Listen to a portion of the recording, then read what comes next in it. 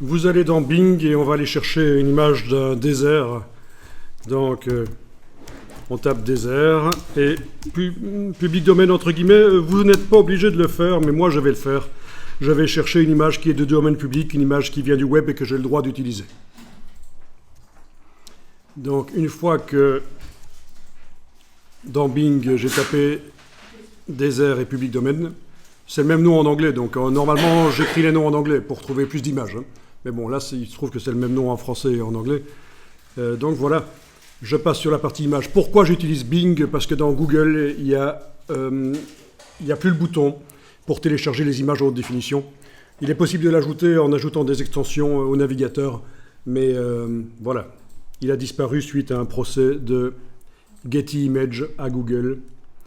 Alors que dans Bing, il est toujours possible d'afficher les images haute définition.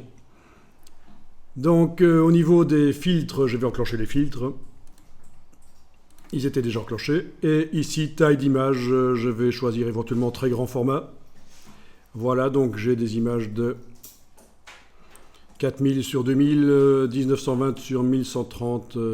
Alors, l'idée, c'est d'aller poser la plante dans le désert et de voir ce que ça donne. Donc, j'aimerais trouver un désert avec un sol qui est quand même assez proche. Voyons. Bon, choisissez une image d'un désert et on va tester ça. Oui, ça c'est pas mal. Mais est-ce que je vais réussir à la voir en haute définition?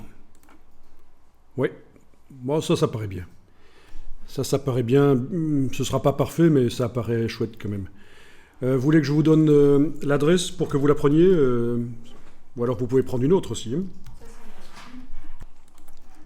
Donc voilà, si vous tapez normalement ceci dans l'URL du navigateur, bit.ly/désert01oct2019, vous devriez tomber sur la même image que moi, mais vous n'êtes pas obligé d'utiliser la même image que moi.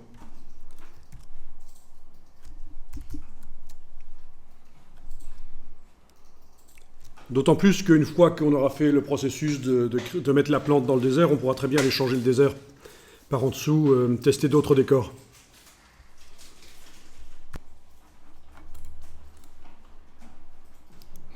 Voilà. Alors, j'ouvre l'image du désert dans Photoshop.